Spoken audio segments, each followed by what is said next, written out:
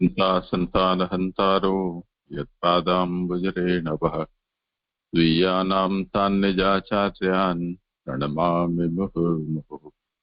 यदनुग्रहतो जन्तुः सर्वदुःखातिगो भवेत् तमहं सर्वदा वन्दे श्रीमद्वल्लभनन्दनम्। अज्ञानतिमिरान्धस्य ज्ञानाञ्जनशलाकया चक्षुरुन्मीलितं येन तस्मै श्रीगुरवे नमः। नमामि हृदयेशेषे लीलाक्षीराब्धिशायिनम् लक्ष्मीसहस्रलीलाभिः सेव्यमानं कलानिधिम्। चतुर्भिश्च चतुर्भिश्च चतुर्भिश्च त्रिभिस्तथा षड्भिर्विराजते योऽसौ पञ्चधा हृदये मम।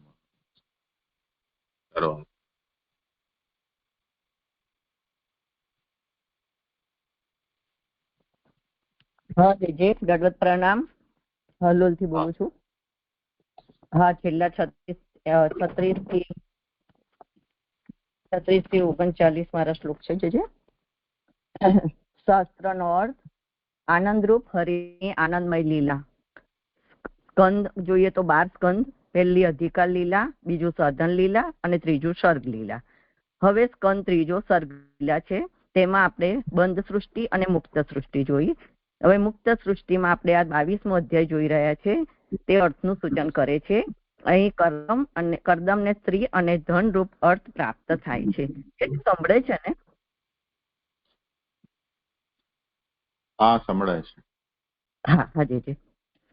હવે શ્લોક જોતા શ્લોક 1 માં મનુ ભગવાનના આવવાનું પ્રયોજન જણાવવા કરદમની સ્તુતિ કરે છે. બીજા શ્લોકમાં કરદમ અને દેવહૂતિનો સંબંધ ભગવાને જ કરેલો છે. એકબીજા ઉપર ઉપકાર કરનાર હોવાથી બ્રાહ્મણ અને ક્ષત્રિય સમાન છે. ત્રીજો શ્લોક બ્રાહ્મણોને ગુણવાળા અને દોષ વિના કહીને ક્ષત્રિયોનું નિરૂપણ કરે છે. ચોથા શ્લોકમાં બ્રહ્મ અને ક્ષત્ર એકબીજાનું પોતાનું રક્ષણ કરે છે. 5, 6, 7માં મનુ મહારાજને બધા ફળો કરદમના વચનથી પ્રાપ્ત થયા. 8મા શ્લોકમાં જો કરદમ એટલે ઉત્તમ પુરુષના દર્શનથી લાભ જણાવી બીજી વિજ્ઞપ્તિ કરે છે. 9, 10, 11માં કન્યા દેવહૂતિનો સ્વીકાર કરવા જણાવે છે. તે પિતાના અધીન છે. ગૃહસ્થના કર્મોમાં સંપૂર્ણ રીતે યોગ્ય કન્યા છે. પોતાની પુત્રીના ગુણોનું વર્ણન કરે છે. 12, 13, 14માં કરદમના ગુણોનું વર્ણન કરે છે. 15માં કરદમ અને દેવહૂતિ પ્રથમ યોગ્ય વિવાહ સંબંધી વિધિ થાઓ. 16માં કરદમનો વીર્ય ગુણ જણાવે છે. 17માં દેવહૂતિના કીર્તિ વિશ્વાસુ ગંધર્વથી જણાવે છે. 18માં દેવહૂતિનું સ્ત્રીપણું જણાવે છે. 19માં કરદમને માત્ર કજવાર દેવહૂતિ સાથે સંબંધ કરવાની પ્રતિજ્ઞા કરી. 21મા શ્લોકમાં આ વાત સ્વીકાર હોય તો જ વિવાહ કરીશ. 22, 23 શ્લોકમાં ગુણોના સમૂહ કરદમ સાથે તેની સમાન કન્યા પરણાવી અને દંપતીને આભૂષણો અને કિંમતી દાયજો આપીને પ્રીતિથી આપ્યા. 24, 25માં પુત્રને પરણા વિદાય કરી મનુરાજા અને શત્રુપા પોતાના રથમાં બેસીને પોતાના શહેરમાં પધાર્યા. 27, 28માં મનુરાજા પોતાના નગરમાં પધાર્યા. પ્રજા દ્વારા તેમના આદર સત્કાર કરવામાં આવે છે. 29 ને 31માં રાજાની નગરી બહસ્મતીનું વર્ણન થાય છે. 33 થી 35 શ્લોકમાં મનુ મહારાજની દિનચર્યા અને પત્ની સાથે ભોગ કરતા હરિનું સ્મરણ અને કીર્તન કરતા. હવે 36મો શ્લોક આયા કે રાજા ભોગ ભોગતા પણ તેમને આ ભોગ ભ્રષ્ટ કરી શકતા નહીં. પછી શું થયું એવો પ્રશ્ન થાય. તેથી નીચેનો શ્લોક કહે છે. હવે આટલા 4 શ્લોકથી મનુરાજાનું ચરિત્ર કહે છે. સ એવ સ્વ અંતરમ નિન્યે યુગાના મેક સપ્તતિમ વાસુદેવ પ્રસંગેન પરિભૂત ગતિત્રયઃ. શ્લોકાર્થ: 3 ગતિઓનું ઉલ્લંઘન કરનાર તેને જ પોતાનો 71 યુગનો મન્વંતર વાસુદેવના પ્રસંગી વિતાડ્યો હતો. સુબોધિનીજી, તે સમયે પહેલા મન્વંતરમાં મનુ જ રાજા થયા. એટલે સૌથી પહેલા મન્વંતર હતો તેમાં મનુ જ રાજા થયા.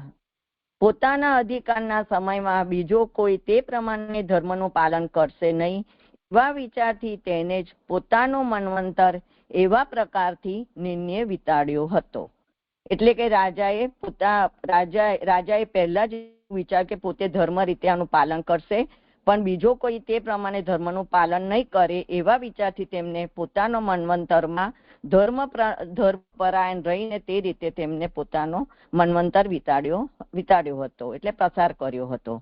પ્રિયવ્રતના રાજ્યની કથા કલ્પની અંદર છે. એની 1 નંબરની ફૂટનોટ છે કે આ કથા 5મા સ્કંદમાં 1લા અધ્યાયમાં કહેલી છે. એટલે એમાં પ્રિયવ્રત રાજાનું આવે છે ચરિત્ર. ઉત્તાનપાદના રાજ્યની કથા તો બીજા મન્વંતરની છે, અથવા પ્રિયવ્રતના પુત્રો જ બીજા મન્વંતરના અધિપતિ હોવાથી બીજા કલ્પમાં તે કથા થયેલી. હવે એના બીજા નંબરની ફૂટનોટ છે કે પ્રિયવ્રતના પુત્ર 3જા અને 4થા મનુ થયેલા. જુઓ 8:1:23 અને 8:1:27. તો 8:1:23 કહે છે કે પ્રિયવ્રત ઉત્તમ નામનો પુત્ર અને 3જો મનુ થયો. હેનુ, પવન, સૃજ્ય અને યજ્ઞ, હોતા વગેરે એના પુત્રો થયા. અને 8:1:27 કહે છે કે ઉત્તમનો ભાઈ તામસ તે 4થો મનુ થયો. પૃથુ, ખ્યાતિ, નર, કેતુ વગેરે એના 10 પુત્રો થયા. આથી એમ જણાવેલું છે કે મનુ ઘણા કલ્પ બીજા મન્વંતર છે, અથવા પ્રિયવ્રતના પુત્રો જ બીજા મન્વંતરના અધિપતિ હોવાથી બીજા કલ્પમાં તે કથા થયેલી. આથી એમ જણાવેલું છે કે મનુ ઘણા કલ્પ સુધી જીવેલો અને કાલે તેને પીડતો નહીં. એટલે ઘણા કલ્પ સુધી જીવ્યો હતો અને તે ભગવત પરાયણ હોવાથી કાલ તેને પીડાતો નહીં. કારણ કે ભગવાને અધિકાર આપેલો હોય ત્યારે અધિકારના સમયનો આયુષ્ય ગણવામાં સમાવેશ થતો નથી. તેથી અધિકાર ન હોય તેવા સમયમાં જ 100 વર્ષનો આયુષ્ય ગણવાનો છે. એટલે આ ભગવાને તેને ભૂમિમાં રાજ્ય કરવાનો અધિકાર આપ્યો હતો. તેથી ભગવાને જો અધિકાર આપ્યો હોય તો તે સમયનો આયુષ્યમાં ગણવામાં સમાવેશ નથી થતો. પણ જો અધિકાર ના હોય તો કમસે કમ 100 વર્ષનું આયુષ્ય ગણવાનું હોય છે. અથવા પિતૃઓ, દેવો તથા મનુષ્યોમાં આ મનુનો સમાવેશ થતો નથી. એટલે આ પિતૃદેવો કે મનુષ્યમાં મનુની ગણતરી, આ ત્રણેયમાં મનુની ગણતરી થતી નથી. એ ઘણા વર્ષો સુધી જીવ્યા, યુગો સુધી. 71 યુગનો શબ્દથી મન્વંતરનું માપ કહેલું છે. 1000 યુગોના કલ્પોના 71ના 14 ભાગ કરતા 994 યુગો થાય અને બાકીના 6 યુગોનો ભાગ ઉચિત સંખ્યાનો થતો ન હોવાથી તેમને ગણેલ નથી. એટલે 3જા નંબરની ત્રીજા નંબરની ફૂટનોટમાં છે કે ભગવદ્ ગીતા 8:17 પ્રમાણે અહીં યુગ એટલે 4 યુગોનો સમૂહ જણાવે છે. તો ભગવદ્ ગીતામાં 8:17 કહે છે કે બ્રહ્માનો જે એક દિવસ છે એને સત્ય, ત્રેતા, દ્વાપર અને કળયુગ એ 4 યુગના 1000 વાર થતા આવર્તનમાં લાગતા સમય જેટલો, એમજ એમની રાત્રિને પણ એટલી જ, એટલે કે 1000 ચતુર્યુગના સમય જેટલી, અર્થાત તો બ્રહ્મલોકના પણ અંત આવતો હોવાને લીધે એ પણ વિનાશશીલ તથા અનિત્ય છે. એમ જેવો તત્વથી જાણે છે એ યોગીઓ કાલના તત્વને જાણનાર છે.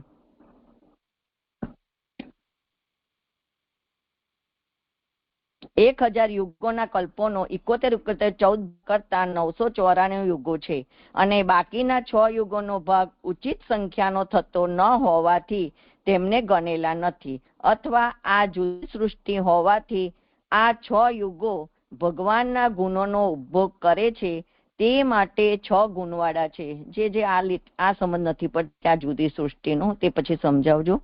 તેથી શું થયું એ જાણવાની ઈચ્છા થાય, તેથી વાસુદેવના પ્રસંગથી એમ કહેલું છે. એટલે આ ભગવાનના ગુણોનો ઉપભોગ કરે છે, તેથી શું થયું એ જાણવાની ઈચ્છા થાય, તેથી વાસુદેવના પ્રસંગથી એમ કહેલું છે.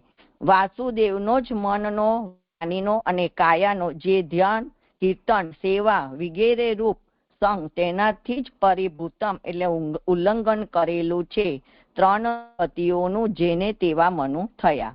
એટલે આ વાસુદેવ એટલે મનુ આ વાસુદેવનું મનથી ધ્યાન કરતા હતા, વાણીથી કીર્તન અને કાયાથી સેવા કરતા હતા. તેથી એમને આમ કરવાથી તેમને આ ત્રણેય ગતિઓનું ઉલ્લંઘન કર્યું અને એવા એ મનુ થયા. ઊંચી, નીચી અને વચ્ચેની ગતિઓ 3 ગુણોથી પ્રાપ્ત થાય તેવી છે, તે ત્રણેય ટળી ગઈ. એટલે ઉધ્વ, અધોગતિ, નીચી એટલે અધોગતિ અને મધ્ય, એ ત્રણેય ગુણોથી પ્રાપ્ત થાય તેવી છે, પણ તે ત્રણેય મનુએ ટળી ગઈ. અને તેથી જ ભગવાન વિશે જ ગતિ બાકી રહી. એટલે મનુ ભગવાનની આ ભગવાન વિશે જ ગતિ બાકી રહી છે.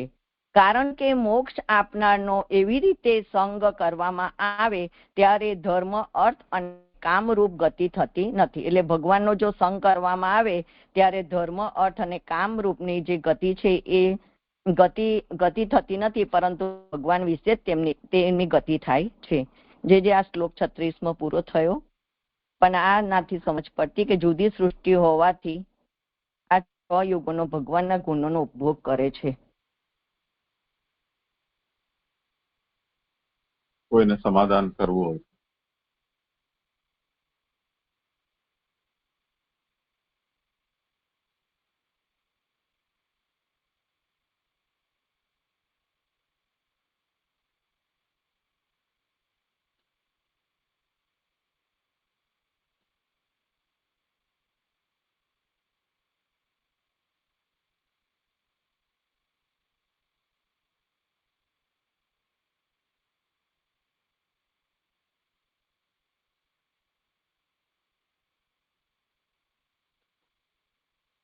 પ્રણામ છે. મને પ્રશ્ન છે, પણ આ જે એમને પ્રશ્ન પૂછ્યો ને એમાં મને એવું સમજાય છે કે જે અહીંયા જે કર્યું ને ગણતરી કરી 71 યુગ અને 14 મન્વંતર એટલે 994 થાય છે વર્ષો, યુગો. તો 6 જે બાકી રહ્યા તો એ 6 તો કે ભગવાનના ગુણોના ઉપભોગ, એટલે ભગવાનના જે 6 ગુણ છે, ઐશ્વર્ય, ષડગુણ, ઐશ્વર્ય, વીર્ય, એ બધા, તો એ અહીંયા એવું કહી રહ્યા છે કે એના માટે ઉપભોગ કરે તે માટે 6 ગુણવાળા છે. એટલે મનુ મહારાજે આ ભગવાનના ગુણોનો ઉપભોગ કર્યો અને એટલા માટે એમને આ જે 3 ગતિઓ છે, મનુષ્યની, દેવની અને પિતૃઓની, એ ત્રણેય ટળી ગઈ. અને એવી જ રીતે ધર્મ, અર્થ અને કામરૂપની ગતિ પણ ન થઈ. અને એ ભગવાન સાથે એ અહીંયા જે કહ્યું ને ભગવાનનું, કારણ કે મોક્ષ આપનારનો એવી રીતે સંગ, 1 મિનિટ, 3 જે ભગવાનની સાથે એમનું જે થયું એ થાય છે. એવી રીતે અહીં 6 જે કહ્યા ને એ એવી રીતે જોડાતા હોય એવું લાગે છે. અને મને જે એક પ્રશ્ન હતો એટલે મેં હેન્ડ રેઝ કર્યો હતો. થયું સમાધાન? જે લારી લેવાનું છે કે 6 ગુણ પ્રભુના, એ ગુણ એ કરશે તો એમને આ બધી ગતિ ટળી જશે. એમ પિતૃદેવ, મનુષ્યમાં એમનો તો સમાજ.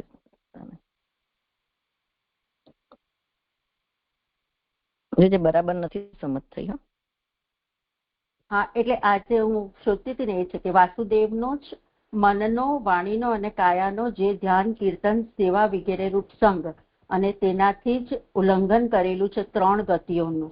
એટલે આ 6 ગુણોનો, આ 6 ગુણો વાળા ભગવાન, એટલે આવી રીતે જે 1000 ગણાય છે ને યુગો, એમાંથી એવી રીતે આ જે 6 બાકી રહ્યા ને એનો પણ આમાં ગણતરી કરીને બતાવ્યું છે, એવું મને સમજાય છે. તે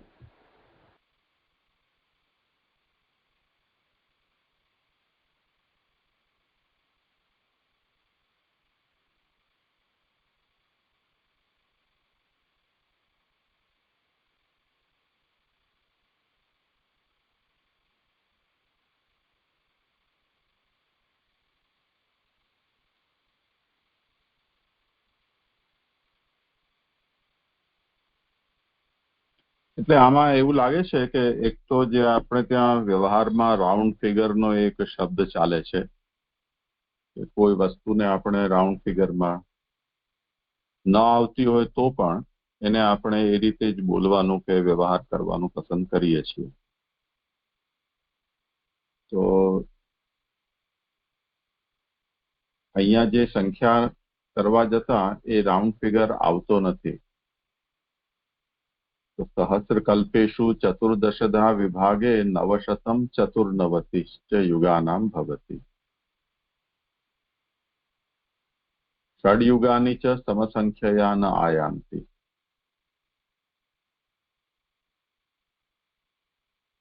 तो समसंख्याना हिसाबथी आ મન્વંતરનો જે કાલ છે એ રાઉન્ડ ફિગરમાં બેસતો નથી. એ કારણે એ જે 6 બચતા જે યુગો છે એને અહીંયા નથી ગણવામાં આવ્યા. એટલે કહી રહ્યા છે કે સમસંખ્યયા ન આયાંતિ ઇતિ ન ગણિતાની. આ એક અર્થ કર્યો. અને બીજો એ છે કે અસ્ય સૃષ્ટ્યંતરત્વાत् ભગવદ ગુણાનામ ઉપભોગાર્થે ષડગુણાની વા. એટલે મનુ જે છે એ અસ્ય સૃષ્ટ્યંતરત્વાદ, મતલબ મનુ દ્વારા જે સૃષ્ટિ થયેલી છે તે અને મનુ વગેરેની થયેલી જે સૃષ્ટિ છે તે એમાં ભેદ છે. તો ભગવદ ગુણાનામ ઉપભોગાર્થે ષડગુણાની વા. બીજો અર્થ આ બતાવ્યો. તો ગુણભૂતાની તાની યુગાની, આ જે યુગો છે એ ગુણભૂત છે એમ સમજો. તથા ચ યથા સંભવમ તસ્યામેવ સંખ્યાયામ અધિક પ્રવેશઃ ઇત્યર્થઃ. તો જેમ બેલાબેન અહીંયા જણાવી રહ્યા છે તે રીતે એનો એમાં જ પ્રવેશ, એ સંખ્યાનો એમાં સમજવો જોઈએ.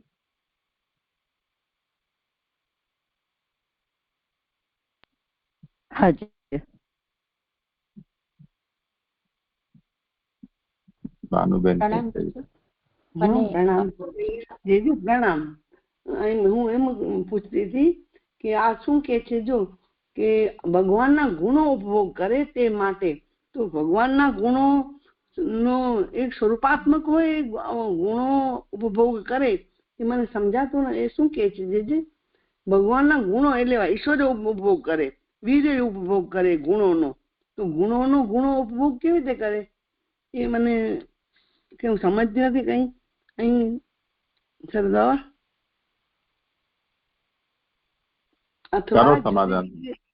અથવા જુદી જુદી સૃષ્ટિ હોવાથી આ 6 યુગો ભગવાનના ગુણો ઉપભોગ કરે એ માટે 6 ગુણ વાળા છે.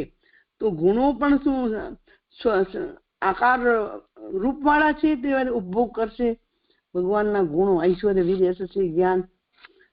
તો જરાક અથવા હું કઈ અલગ સમજી રહી છું, ખબર નહીં.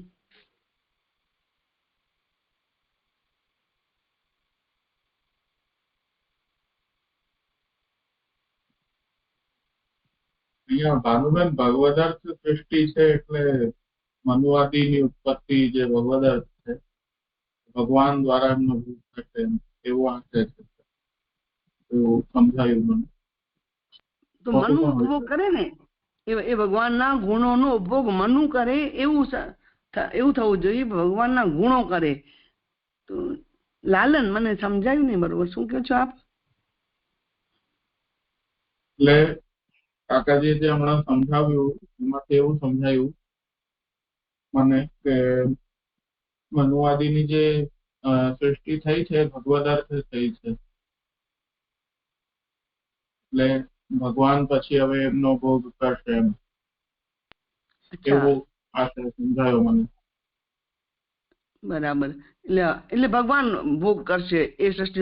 તો અત્યારે જ આપણે આ મનુનો આટલો લાંબો કાલ કહ્યો છે, તો એ ભગવાન ભોગ કરી રહ્યા છે.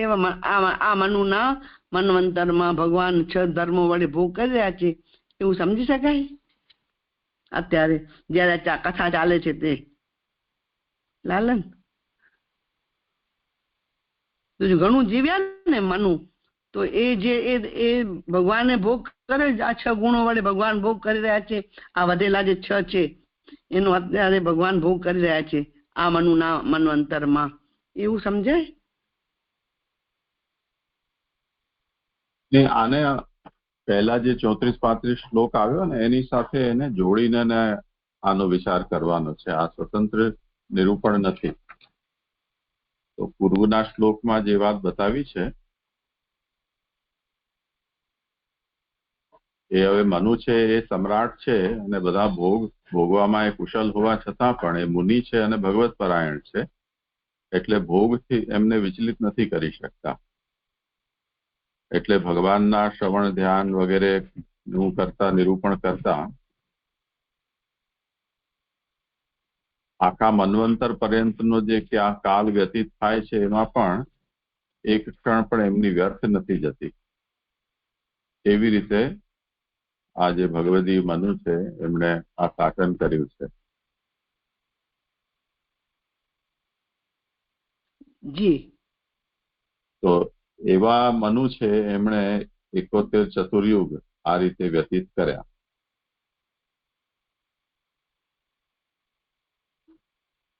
હવે મૂળ વસ્તુ અહીંયા બે રીતે આવી રહેલી છે કે એક વિરોધનો ઉપશમન તો કરી દીધું કે એક તો એમની ભગવદીયતા છે અને બીજી તરફ છે ભોગ પરાયણતા પણ છે. અને બીજો પ્રશ્ન છે એ આ કાલની સંખ્યાનો છે.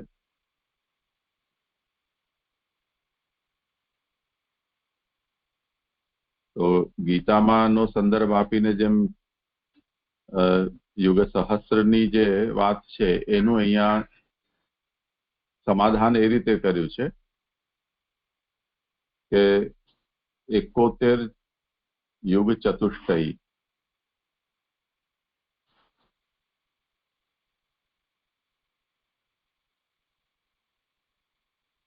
એના 14 થી વિભાગ કરતા 796 અને બાકીના જે 6 તો રાઉન્ડ ફિગર કરવા માટે જે સંખ્યાની આવશ્યકતા રહે છે તે કરવા જતા પૂર્ણાંક નથી આવતો એટલે એમને આ બાકીના કાલને એમણે છોડી દીધો છે. આમ ગણતરીમાં નથી લીધું.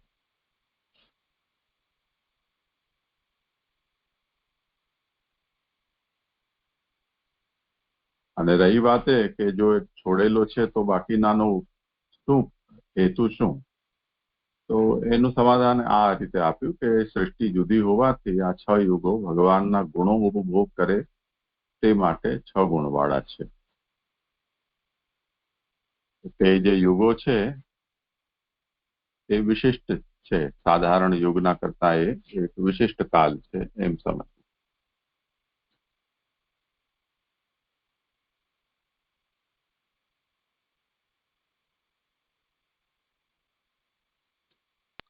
જી જી જી એ વિશિષ્ટ કાલ તારીખે એને 6 ને છોડી દેવાના છે ને. આમાં ઉપભોગ તો કોઈ ઉપભોગ તો મનુ કરે ને. હું એમ પૂછી છે કે ઉપભોગ ગુણો કરે છે તો મનુ ઉપભોગ કરે ને અથવા ભગવાનનો ઉપભોગ કરે, પણ ગુણો કેમ ઉપભોગ કરે? ભગવાનના ગુણો કાલનો ઉપભોગ કરી શકે એમ?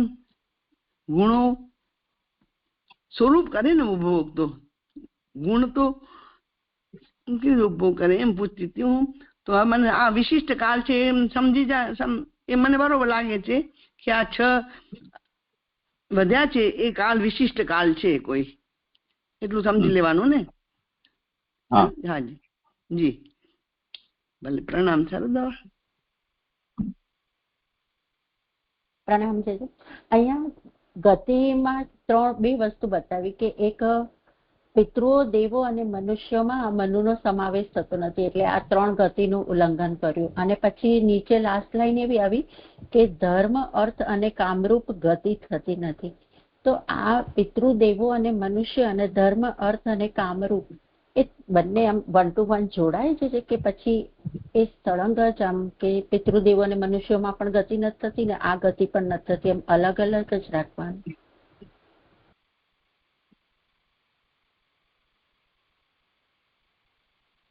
એમાં ગતિ નહીં, પણ એમાં એમાં પિતૃ, દેવો તથા મનુષ્યનો આ જે કાલ છે ને એમાં એમની ગતિ નથી થતી, અને જયારે આ તો અધર્મ, અર્થ અને કામ જે પુરુષાર્થ છે એમાં એમની ગતિ નથી થતી. એમ મને એવું સમજાય છે. જે પિતૃ, દેવો અને મનુષ્ય ગતિ નહીં, પણ એ તો સામાન્ય છે. એમ મનુ તો એ છે ભગવાન, એમનો કાળ તો ઘણો છે લાંબો, એમ એટલે એમાં એમની ગણતરી નથી થતી, કારણ કે ભગવાને અધિકાર આપ્યો છે. તેથી આયુષ્યની બાબતમાં વાત છે આ પિતૃ, દેવો અને મનુષ્યમાં, જયારે આ પુરુષાર્થની વાત છે. જે મને એવું સમજ પડે છે. ના એટલે હા, એટલે છેલ્લે આ જે વિતરણ ત્રિવર્ગની સાથે ત્રિગતિને જોડ્યું છે ને એ આવશ્યક નથી. એ બે વસ્તુ જુદી છે.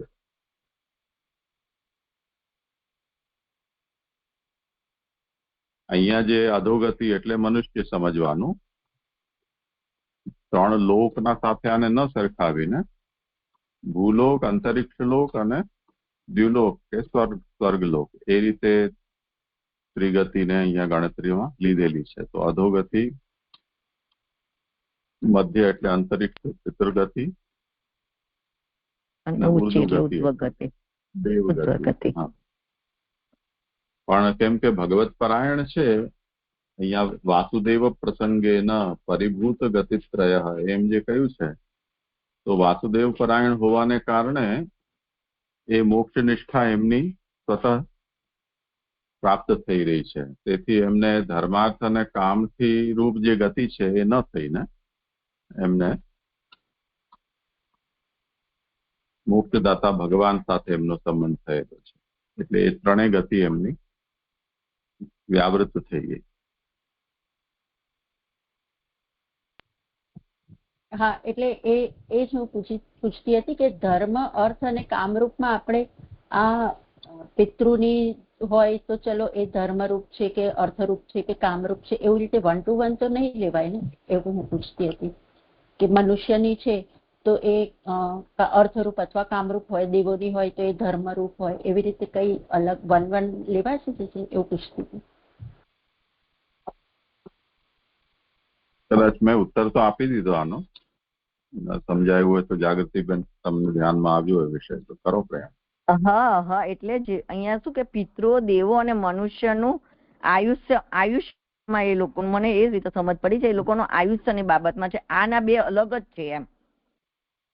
કારણ કે વાસુદેવ પ્રસંગથી એટલે મનુએ આ ત્રણેય ગતિ એટલે કઈ ગતિ, તો આ ઉધ્વ, નીચી અને વચ્ચે એ ગતિ એમને ટળી ગઈ છે એમ.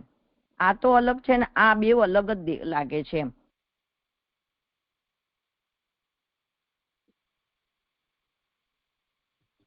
હા, એટલે ઊંચીમાં આપે ઉર્ધ્વલોક એટલે સ્વર્ગ, નીચેમાં એટલે અધોગતિ મનુષ્યની, અને વચ્ચેની એટલે અંતરિક્ષમાં એટલે પિતૃઓની. એ 3 ગતિઓ આપે કહી, અને એ 3 ગુણોથી પ્રાપ્ત થાય છે, એટલે સત્વ, રજ અને તમથી થાય છે. એ તો એ ખ્યાલ આવ્યો મને. ખાલી હું ધર્મ, અર્થ અને કામરૂપ ગતિ એટલે ડાયરેક્ટ પછી મોક્ષ આપનાર છે. આ 3 ગતિઓ ટળી ગઈ છે અને હવે માત્ર ભગવાનની ગતિ જ બાકી રહી છે. બાકી છે. સમજવાનું આવી રીતે જ સમજવાનું ને. હા, પ્રણામ છે. ખરું છે આગળ હવે. હા, 37મો શ્લોક. ઉચ્ચાનિકા, દુઃખ વગેરે કથામાં વિઘ્ન કરનાર હોવાથી ભગવાનની કથા વગેરે સદા કેમ થઈ શકે એવી શંકા થાય, તેથી નીચેનો શ્લોક કહે છે. એટલે દુઃખ હોય તો એ કથામાં વિઘ્ન કરે તો ભગવાનની કથા સદા કેમ થાય એવી શંકા થાય. તો કહે છે કે શારીરા માનસા દિવ્યા વૈયાસે યે ચ માનુષાઃ ભૌતિકાશ્ચ કથમ ક્લેશા અદંતે હરિસંશ્રયમ. શ્લોકાર્થ. હે વ્યાસપુત્ર, જેને હરિનો આશ્રય કરેલો છે તેને શરીરના, મનના, દેવતાઈ જે મનુષ્યના છે તે અને અધિભૌતિક દુઃખો કેમ પીડા કરે?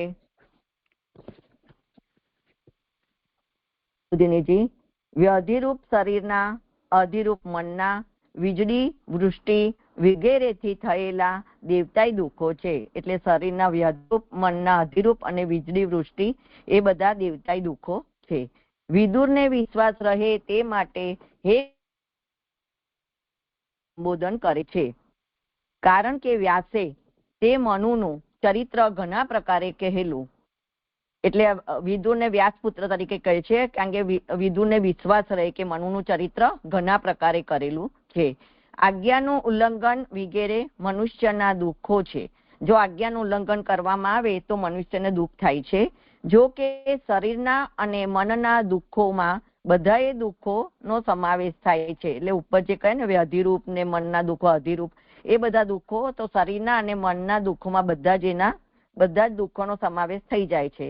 છતાં પણ ધન વગેરે ન હોય આજ્ઞા પાડવામાં ન આવે અને પ્રજાને ભૂતો વગેરેનો ઉપદ્રવ થાય ત્યારે બીજાઓની દ્રષ્ટિ પ્રમાણે રાજા હોવાથી અને તે દુઃખોનો નાશ કરવા પ્રયત્નો કરતો હોવાથી રાજા દુઃખી છે એમ લોકો માને છે. જો ધન ના હોય તો દુઃખ થાય, જો પ્રજા આજ્ઞા ન પાડે તો પણ દુઃખ થાય, અને પ્રજામાં ભૂતો એટલે જે આ પંચમહાભૂતો, જે વીજળી થવી, વૃષ્ટિ થવું, દુકાળ એ બધે વગેરે જો ઉપદ્રવ થાય ત્યારે રાજા હોવાથી તેને આ બધા પ્રજાના દુઃખોનો નાશ કરવો જોઈએ, પણ એ નાશ કરવાનો પ્રયત્ન કરતો હોવાથી લોકોને એમ લાગે છે કે રાજા દુઃખી છે.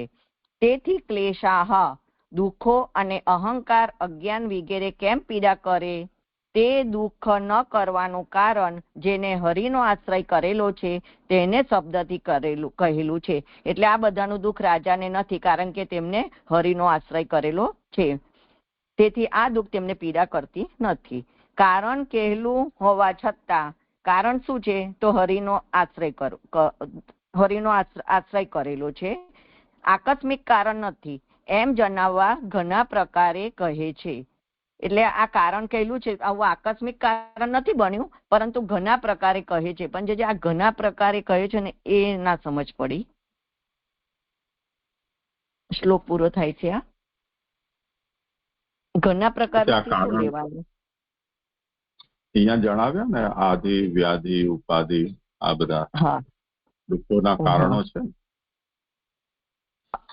હા જી હા, એટલે એ ઘણા પ્રકારે કહે છે. હા થયું. હા જી કરું આગળ. નીચેના શ્લોકમાં સંદેહ ન રહે તેવી રીતે તેને ભગવાનનો આશ્રય કરેલ હોવાનું ફળથી સિદ્ધ કરે છે. હવે ભગવાનના ફળ એમનું સિદ્ધ થયું છે, તેથી એમને ભગવાનનો આશ્રય કર્યો છે, એમાં એટલે એવો કોઈ સંદેહ ન રહે. યહ પૃષ્ટો મુનિભિઃ પ્રાહ ધર્માણાના વિધાન શુભાન નિનામ વર્ણાશ્રમાણામ ચ સર્વભૂત હિતઃ સદા. શ્લોકાર્થ. સદા સર્વ પ્રાણીઓનું હિત કરનાર તેને મુનિઓના પૂછવાથી જાત જાતના શુભ ધર્મો અને મનુષ્યના વર્ણોના અને આશ્રમોના ધર્મો કહ્યા. કારણ કે ભગવાનના ભક્તો જ છુપો ધર્મ જાણે છે. એટલે આ મનુ ભગવાન ભગવાનના ભક્ત હતા, તેથી ભગવાનના તે ધર્મો જાણે છે. તેથી મુનિઓએ આ ભક્ત છે એમ જાણીને તેને ધર્મો પૂછેલા. એટલે આ બધા મુનિઓ હતા, એમને આ મનુ ભક્ત છે એટલા માટે તેમને ધર્મો પૂછેલા. તેથી મુનિઓને તેને ધર્મો કહ્યા. એટલે મનુ મહારાજે મુનિઓને ધર્મો કહ્યા. એક પ્રકારનો ધર્મ કહેવાથી જુદા જુદા સ્વભાવ અને ગુણવાળાઓના બધા ધર્મોનો સમાવેશ ન થાય, તેથી જાત જાતના ધર્મો કયા. એટલે મુનિઓના તો દરેકના તો સ્વભાવ ને ગુણ એક સરખા ના હોય, એટલે બધાના સ્વભાવ ઉપરથી તેમને અલગ અલગ જાત જાતના ધર્મો કયા. અને તે બધાએ કલ્યાણકારી અને શુભ હતા. આ બધા ધર્મો કેવા હતા? કલ્યાણકારી હતા. ખાસ ધર્મો પણ કહેલા. તેથી અને નૃણામ મનુષ્યોના વર્ણોના અને આશ્રમના ધર્મો શબ્દોથી ખાસ ધર્મો ગણાવેલા છે. જે મનુષ્ય એટલે મનુ મહારાજે ખાસ ધર્મો કયા છે કોના માટે? તો મનુષ્યના વર્ણો અને આશ્રમ પ્રમાણે તેમને ધર્મો કયા. લાભ પૂજન અથવા ખ્યાતિ થાય તે માટે આ ધર્મો કહેલા નથી. એટલે આમાંથી પોતાને કઈક લાભ છે કે પોતાની પૂજા થશે કે વાહવા થશે, કોઈ પણ ખ્યાતિ વગર તેમને ધર્મો કહેલા હતા. નિષ્કામ ભક્ત, પરંતુ સર્વ પ્રાણીઓનું હિત કરનાર હોવાથી પહેલા, કારણ કે રાજાએ સર્વ પ્રાણીઓનું હિત કરવું જોઈએ. એટલે બધા પ્રાણીઓનું હિત થાય તે માટે રાજાએ સર્વ પ્રાણીઓનું હિત થાય તે માટે જેમને ધર્મો કયા. એવો જ અભિપ્રાય ચિત્તમાં રાખીને તેવી રીતે ધર્મો કહેલા. અથવા આ સદા તેઓ સર્વ પ્રાણીઓનું હિત કરનાર હતો. એટલે મનુ રાજા કેવા હતા? તો સર્વ પ્રાણીઓના હિત કરનાર હતા. 38મો શ્લોક પૂર્ણ થયો. જે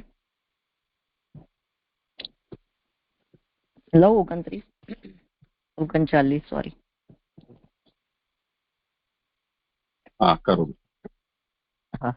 એ પ્રમાણે મનુનું ચરિત્ર કહીને નીચેના શ્લોકથી તેનો ઉપસંહાર કરે છે. एतत् आदिराज्य मनोश्चरितम् अद्भुतं तं भूतं वर्णितं वर्णनीयस्य तदपत्योदयं शृणु. શ્લોકાર્થ. વર્ણન કરવા યોગ્ય આદિરાજા મનુના આ અદ્ભુત ચરિત્રનું તારી પાસે વર્ણન કર્યું તેના સંતાનના ઉદયનું શ્રવણ કર. આદિરાજા શબ્દથી રાજાઓમાં પ્રથમ કઈ સરસાઈ જણાવી. એટલે આ પહેલા જ રાજા હતા એટલે રાજાઓમાં મનુ રાજાની સરસાઈ જણાવી. મનુ શબ્દથી બ્રાહ્મણોમાં સરસાઈ જણાવી. બ્રાહ્મણોમાં એટલે એની 1 નંબરની ફૂટનોટ છે કે મનન કરવાનું કાર્ય બ્રાહ્મણનું હોવાથી મનુ તે સદા કરતો હોવાથી એ શબ્દથી બ્રાહ્મણોમાં તેની સરસાઈ જણાય. એટલે મનુ રાજા સતત મનન કરતા હતા એટલે તેમની બ્રાહ્મણોમાં પણ તેમની સરસાઈ જણાવી. મનુનું ચરિત્ર અદ્ભુત છે કારણ કે વિષયોનો ભોગ, ભક્તિ અને વૈરાગ્ય અને એકમાં જ રહેલા છે. એટલે આ વિરુદ્ધ ભોગ, ભક્તિ અને વૈરાગ્ય એક સાથે ના રહે પણ છતાં મનુ રાજામાં એક સાથે રહેલા હતા તેથી તેમનું ચરિત્ર અદ્ભુત છે. એટલે વિષયનો ભોગ એટલે રાજ્ય કરતા હતા અને ભક્તિ તો ભગવાનની ભક્તિ કરતા હતા અને રાજ્ય કરતા હતા છતાં પણ તેમાં એમનું રાગ નહોતો એટલે એમનું વૈરાગ્ય અને એમના એકમાં રહેલા છે. તેથી વિદુરે મનુનું જ ચરિત્ર પૂછેલું એમ કહેલું છે. એટલે વિદુરે મનુનું જ ચરિત્ર પૂછ્યું એમ કહેલું છે. વર્ણન કર્યું શબ્દથી તેનો જ ઉપસંહાર કરેલો છે. આ વર્ણન કર્યું એટલે શું કે હવે એનો ઉપસંહાર મનુ રાજાનો ઉપસંહાર કરે છે.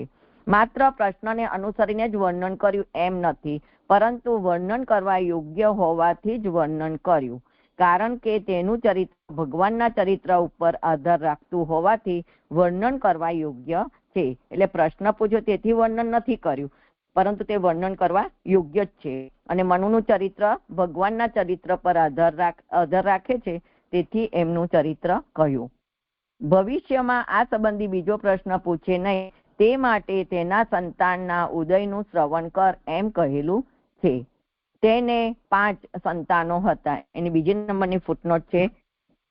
હે ભરત, તેને પણ શતરૂપામાં 5 સંતાનો ઉત્પન્ન કર્યા. હે ઉત્તમ પુરુષ, પ્રિયવત, ઉત્તાનપાદ તથા 3 કન્યાઓ આકૃતિ, દેવહૂતિ અને પ્રસૂતિ ઉત્પન્ન કર્યા. તે પૈકી દેવહૂતિનો પ્રસંગ ચાલે છે. અત્યારે આપણે દેવહૂતિનો પ્રસંગ જોઈ રહ્યા છે. તેનો ઉદય એટલે કન્યા વગેરેની ઉત્પત્તિ એટલે એમની ઉત્પત્તિ, એમનો વિવાહ અને તે દેવહૂતિની મુક્તિ એટલે કપિલનો જન્મ અને એમની મુક્તિ થાય છે. આ સર્વ ઉદય શબ્દથી કહેલ છે. તેમાં આદર થાય તે માટે શ્રવણ કર એવી પ્રતિજ્ઞા કરે છે. 39મો પૂર્ણ થયો અને આ અધ્યાય પણ પૂરો થયો. એ શ્રીમદ લક્ષ્મણ ભટ્ટજીના પુત્ર શ્રીમદ વલ્લભ દીક્ષિતે રચેલી શ્રીમદ ભાગવતની સુબોધિનીમાં 3જો સ્કંદનો 22મો અધ્યાય સંપૂર્ણ થયો. જે આમાં પુરુષોત્તમ સહસ્ત્રનું નામ આવે છે 166મો દેવહૂત્ય અખિલાર્થદ. દેવહૂતિને સમર્થ અર્થ આપનાર. દેવહૂતિ મનુની પુત્રી, કરદમ મનુની સ્ત્રી અને કરદમ મુનિ દ્વારા સંપૂર્ણ અર્થ આપનાર ભગવાન છે. દેવહૂતિનું પ્રિય કરવા માટે મુનિ દ્વારા દિવ્ય ભુવન, દિવ્ય વિમાન, સેવામાં હજારો વિદ્યાધરીઓ વગેરે ભગવાનને જ અર્પણ કરેલું છે. આ સ્કંદના 22મા અધ્યાયમાં દેવહૂતિને સર્વ વૈભવ મળ્યા છે એમ જણાવવામાં આવ્યું છે. બીજો શ્લોક પૂરા થાય ને અધ્યાય પૂરો થાય, મારા શ્લોક પણ પૂરા થયા. દંડવત પ્રણામ જીજી, મારો ક્રમ છે એટલે હેન્ડ કર્યું છે. જીજી દંડવત પ્રણામ. મને એમ છે કે હવે હમણાં થોડો સમય વચ્ચે વિરામ રાખવો પડશે. આજે આપણે નવો અધ્યાય આરંભ નથી કરી રહ્યા. હવે પછી જયારે અનુકૂળતા હશે ત્યારે જણાવીશું. અહીંયા